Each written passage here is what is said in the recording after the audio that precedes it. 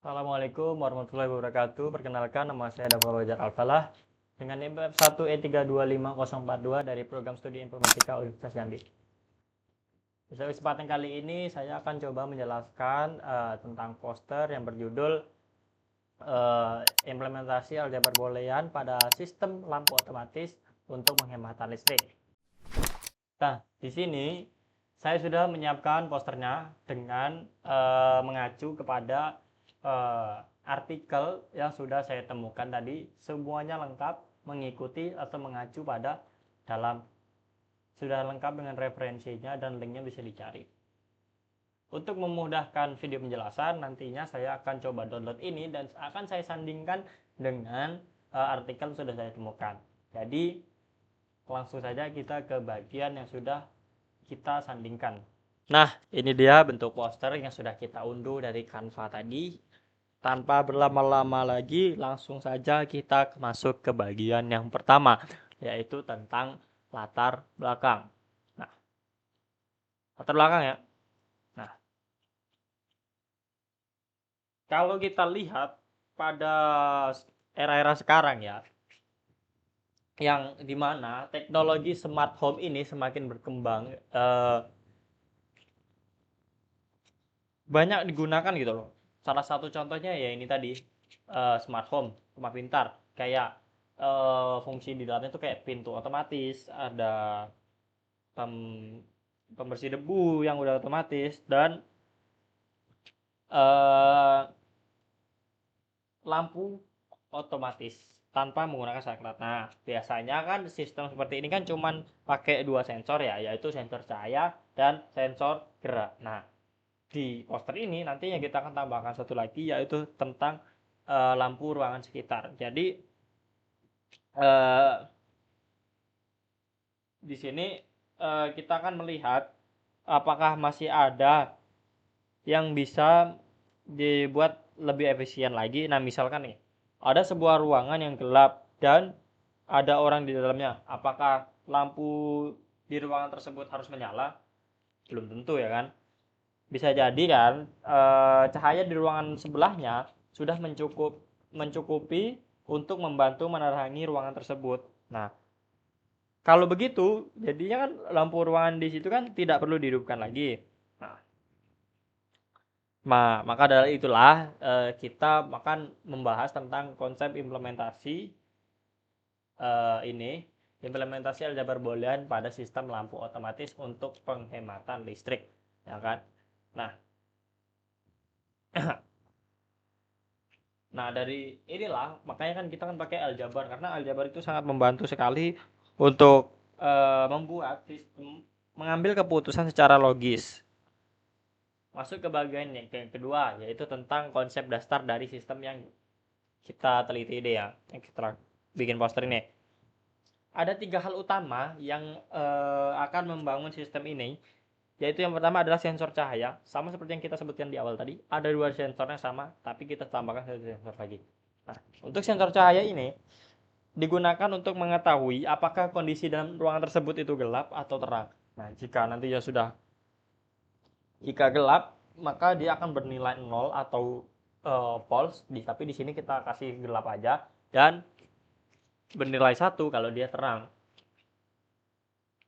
Masuk ke bagian yang kedua, yaitu tentang sensor gerak. Nah, hampir sama dengan sensor cahaya tadi, kita pakai parameter 0 dan 1 lagi. Berarti kalau 0 kan berarti tidak ada orang ya, tidak ada gerakan di dalam situ kan, tidak ada orang.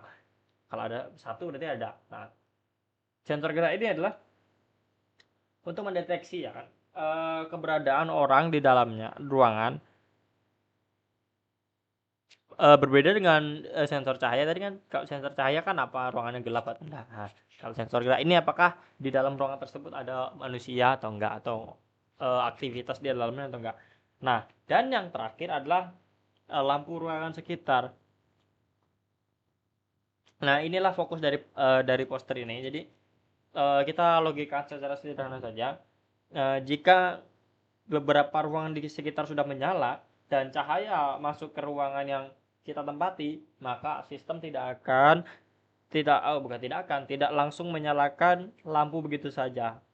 Yang pertama, sistem akan mengecek terlebih dahulu apakah cahaya ruangan tersebut ruangan dari sekitar tadi sudah cukup membantu atau belum. Nah, tujuannya agar lampu hanya menyala ketika benar-benar diperlukan untuk penghematan listrik tadi. Masuk ke bagian yang ketiga, yaitu variabel boolean. Nah, di sini kita membuat 6 variabel, yaitu A, B, C, D, E, dan F. Mungkin saya lupa menaruh B-nya di sini karena menghilang ya. Nanti kita coba benerin. Nah, untuk variabel A sampai D itu adalah lampu ruangan. Ya, lampu ruangan. Berarti ada 4 ruangan, berarti ruangan 1, ruang 2, ruang 3, dan ruang 4. Nah, untuk E itu adalah sensor cahaya yang sudah kita jelaskan tadi. Berarti kan kalau sensor cahaya, kalau dia 1, maka dia terang. Kalau dia 0, maka dia gelap. Kemudian, F. Untuk F ini adalah sensor geraknya. Sama seperti sensor cahaya tadi. Ini sudah kita jelaskan, jadi kita tidak jelaskan lagi. Nih, timbullah satu pertanyaan dari sini. Kenapa harus pakai 1 dan 0? Kan angka lain banyak. Oke, ini banyak. Oke. Karena kan sistem ini bekerja menggunakan logika biner ya. Misalnya nih, jika kondisi dunia nyata diterjemahkan menjadi dua kemungkinan saja, yaitu benar dan salah. Maka kita mempermudahnya dengan menggunakan 1 dan 0 saja. Gitu. Jika 1 maka lampunya menyala, dan jika 0 maka lampu tersebut akan mati. Masuk ke yang ketiga, tentang tabel kebenaran. Nah, sebelum masuk ke sini, aku akan memberitahu dulu bahwa tabel kebenaran di sini adalah sebagai contoh saja. Nah, pasti kita akan lihat di PPT-nya. Tapi sebelum itu kita akan jelaskan dulu apa itu tabel kebenaran. Nah, tabel kebenaran ini akan berisi kemungkinan kondisi yang terjadi, yang dapat terjadi pada sistem. Nah, karena di sistem ini kita mempunyai 6 variabel, dan masing-masing variabel itu memiliki dua nilai, yaitu true dan false atau 0 dan 1, maka kombinasi nilainya menjadi 64. Dari mana sih dapat 64? Kita coba lihat. Nah, di bagian ini tuh, truth table atau tabel kebenaran memiliki 64 baris karena fungsi memiliki 6 variabel. Nah, untuk mendapatkan 64 tadi, cara menghitungnya seperti ini. 2 dipangkatkan dengan 6. Makanya jadi ada 64. Tapi kok kenapa dan Bang cuma 63 di sini? Nah, karena kan kita kan mulainya dari indeks 0 dulu. Kita mulai dari 0 indeks ya. Nah, di setiap tabel-tabel ini memiliki kombinasi-kombinasi yang berbeda. Nih, misalnya ya, kondisi gelap, ada orang di ruangan dan jumlah lampu tetangga yang menyala sedikit, maka outputnya harusnya 1. Harusnya lampunya menyala. Sebaliknya, jika tadi ruangannya udah terang, nggak ada orang, maka outputnya akan bernilai 0, maka lampunya akan dimatikan supaya menghematan listrik. Nah, melalui tabel kebenaran ini kita bisa melihat seluruh kemungkinan dan keputusan yang akan diambil. Nah, dari tabel kebenaran ini kita akan lanjut ke bagian peta Karnaugh. Nih, kan tadi di tabel kebenaran ada 1 0 1 0 1 0. Nah, 1 0 tadi kita tempatkan sesuai dengan barisnya, baris dan kolomnya. Dan kita akan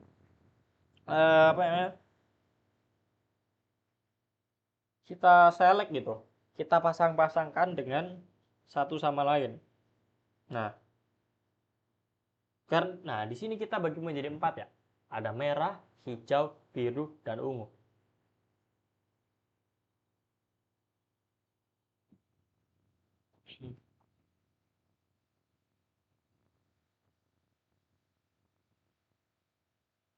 Nah, cara mengelompokkannya, maksudnya cara menghitungnya, berarti kan ini kan bagian merah ya. Kita hitung bagian merah 1 dan 3 3. 1 dan 3 3. Ini kan satu kolom. Jadi yang di sini tetap D E F ini tetap, berarti kan di sini harusnya D aksen, E aksen, F. Nah, yang akan berubah adalah di bagian yang di sini. Bagian ini. Ini ya. Karena dia A B C dan di sini A B C juga. Kita cari angka yang berbeda. Nah, angka yang berbeda tadi, maka hurufnya akan kita hapus. Kalau angka yang sama nggak apa, tidak perlu dihapus ya. Berarti misalnya 0 dengan 0, 0 dengan 0 tidak perlu. Ini kan 0 dengan 1. Nah, di sini karena beda, maka A ini tidak akan kita gunakan untuk membuat hasil dari peta Karpovnya tersebut. Ini kan B aksen, C aksen, D aksen, E aksen, F aksen. Begitu pula seterusnya sampai ke bagian yang ungu. Nih, di sini sudah ada pengertiannya. Peta Karpov itu digunakan untuk menyederhanakan fungsi boolean agar rangkaian logikanya lebih efisien dan maksudnya mempermudah penggunaan. Nah, dari peta Karpov ini kita bisa langsung ke bagian yang namanya itu adalah persamaan boolean. Ini sudah kita temukan semua persamaan boolean sudah kita jadikan satu, kita gabungkan menjadi sebuah persamaan boolean. Nih, kalau kita perhatikan ya, suku pada persamaan ini memiliki dua kombinasi yang muncul ya. Pertama, kombinasi hilap, dan yang kedua adalah kombinasi orang di dalam ruangan. Artinya apa? Artinya sistem memang hanya mempertimbangkan untuk menyalakan lampu ketika dua syarat tersebut terpenuhi. Nah, sedangkan variabel lain menunjukkan kondisi lampu pada ruangan-ruangan sekitarnya. Jadi persamaan ini sebenarnya merupakan cara matematika untuk menelusuri alur kapan lampu itu boleh menyala. Sesuai dengan parameter-parameternya. Misalnya aksen berarti kan lampunya mati. Lampu di ruangan tersebut mati. Aksen berarti kan di situ gelap. F berarti ada orang. Nah, berarti harusnya menyala dong. Nah, dari persamaan boolean ini kita dapat menemukan sebuah gerbang logika atau yang orang sebut tuh ya gerbang logika. Nah, ini dia gerbang logika. Nah, gerbang logika ini kita menggunakan parameter-parameter seperti not, and, dan or di sini ya. Nah, ini adalah graf. Kok graf? Maksudnya gerbang logika. Nah, seperti yang saya jelaskan tadi, di sini dipakai 3 pilar utama yaitu and, not, dan or. Nah, cara kerjanya gimana? Nah, cara kerjanya adalah karena kan di sini kan kita tidak punya kita di sini variabelnya ambil di sini ya kan. A, B, C, D, E, F. Tidak ada aksen-aksennya. Maka dari situ kita tulis dulu bebas mau seperti apa, mau horizontal, mau vertikal, yang penting jelas. Kemudian kita hitunglah. Karena di sini B aksen, berarti kan di sini harusnya kan ada sebuah parameter not. Nah, parameter not ini adalah merupakan kebalikan dari yang ini. Kalau ini B biasa, berarti setelah melewati gerbang not, maka dia akan menjadi B aksen. Begitu seterusnya sampai yang lainnya juga teraksen-aksenkan atau terubah parameternya sesuai dengan yang diperlukan, yang dibutuhkan. Nah, setelah semuanya sudah terpilih atau sudah selesai di gerbang not, maka kita akan lanjut ke gerbang end. Nah, gerbang end ini operasinya adalah kali. Gimana caranya? Kita sesuaikan dengan ininya, dengan apa namanya, persamaan booleannya, kayak misalnya B aksen, C aksen, D aksen, E aksen, F. Nah, ini adalah yang pertama, berarti gerbangnya yang di atas ini, yang paling atas ya. Masukkan B-nya. B-nya tadi sudah ya, kita masukkan ke sini. Kemudian C, masukkan D, masukkan E, masukkan F, masukkan ke sini juga. Jadilah berarti kan karena di sini tidak ada ini, berarti kan tandanya kali ya. Maka menghasilkanlah yang ini, yang awal. Yang kedua menghasilkan yang kedua, yang ketiga menghasilkan yang ketiga, dan yang terakhir menghasilkan yang keempat. Nah, setelah selesai gerbang N, maka kita akan masuk ke bagian gerbang OR. Nah, gerbang OR ini parameternya atau operasinya itu ditambah ya. Jadi ditambah. Nanti hasilnya akan jadi seperti ini semua.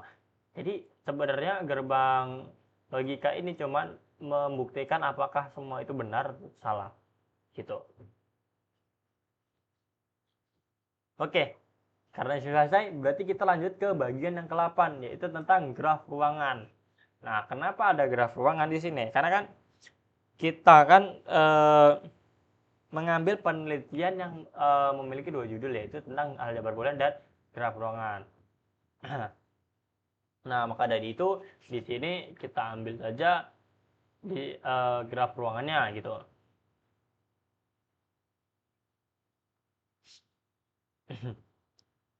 Nih, di gambar ini kita memiliki bukan memiliki, setiap not ini memiliki mewakili ruangan, dan setiap garis menunjukkan hubungan antara ruangan tersebut. Dapat kita lihat di sini ya, 2 memiliki hubungan dengan 1, 0, 3, dan 4, tapi tidak memiliki hubungan dengan 5. Berarti jaraknya lumayan jauh. Nah, mengapa dari ini kita semua penting? Karena di penelitian ini kita mempertimbangkan, seharusnya ya, kita mempertimbangkan cahaya dari ruangan tetangga. Sebagai contohnya ya, jika ruangan yang bersebelahan dengan 2 ini ada yang menyala, maka ruangan yang sedang diamati mungkin tidak perlu menyalakan lampu. Nah, dengan bantuan graf, hubungan antara ruangan menjadi lebih mudah dan lebih mudah untuk dianalisis. Nah, karena 9-nya kayaknya belum saya ganti ya, seharusnya ini analisis dan hasil. Kayaknya kita harus lihat di Canva aja. Nah, ini dia, sudah diperbaiki. Tadi kan kita masuk ke bagian yang 9 ya berarti ya. Kita masuk ke bagian yang 9, yaitu tentang analisis dan hasil. Nah, dari keseluruhan proses yang sudah kita lakukan, mulai dari variabel, terus apa lagi, tabel kebenaran, peta Karnoff, apa tadi, habis itu graf, sama apa namanya, gerbang logika, maka diperolehlah bahwa lampu hanya akan menyala jika memenuhi 3 syarat ini. Yang pertama, ada orang di dalam ruangan. Dan yang kedua, betul. Yang pertama tadi ada orang di dalam ruangan, atau F sama dengan 1 kan. Kalau yang kedua, kondisi ruangan tersebut adalah gelap, yaitu E sama dengan 0. Nah, yang ketiga nih, atau yang terakhir nih, jumlah lampu tetangga yang menyala kurang dari 2, maka lampu tersebut harus dinyalakan. Nah, kalau salah satu syarat tidak terpenuhi, maka lampu tidak akan menyala. Kemudian kita akan melakukan perhitungan untuk melihat seberapa sering kondisi tersebut akan terjadi dengan cara seperti yang ada pada gambar ini. C 4,0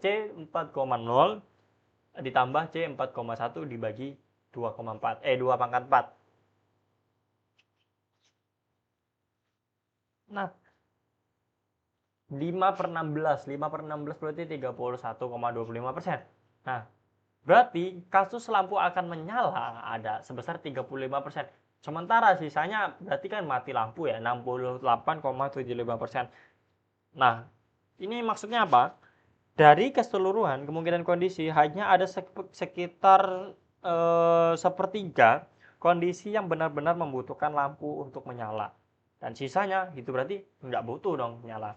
Berarti tidak pernah menyala. Nah, hal ini menunjukkan bahwa sistem mampu mengurangi penggunaan lampu secara cukup signifikan dibandingkan secara otomatis biasa atau manual gitu.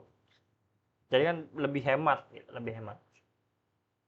Setelah kita menganalisis dan menemukan hasil, kita akan menarik beberapa kesimpulan ya.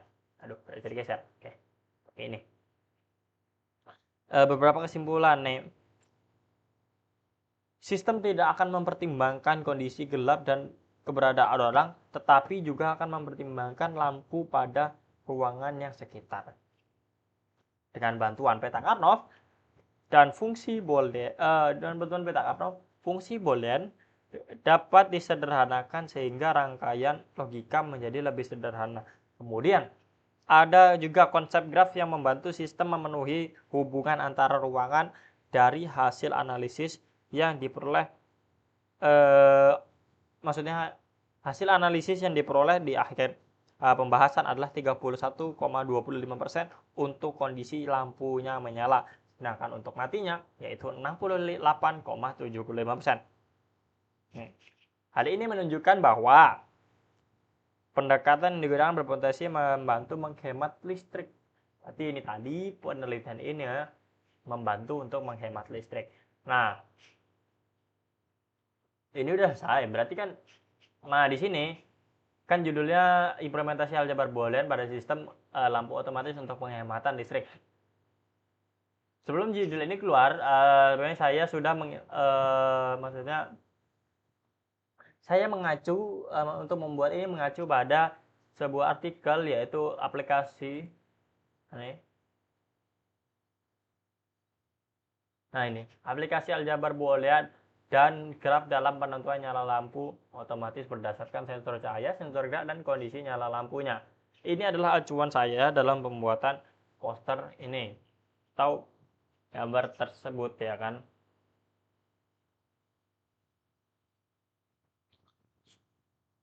Karena semua sudah selesai, saya akan menutup penjelasan ini atau video ini. Jika ada kesalahan kata, mohon dimaafkan. Jika ada kata-kata yang tidak sopan, dan ambil baiknya, buang yang buruk. Terima kasih. Sampai jumpa di video selanjutnya. Saya Davo Fajar Alfalah. Wassalamualaikum warahmatullahi wabarakatuh.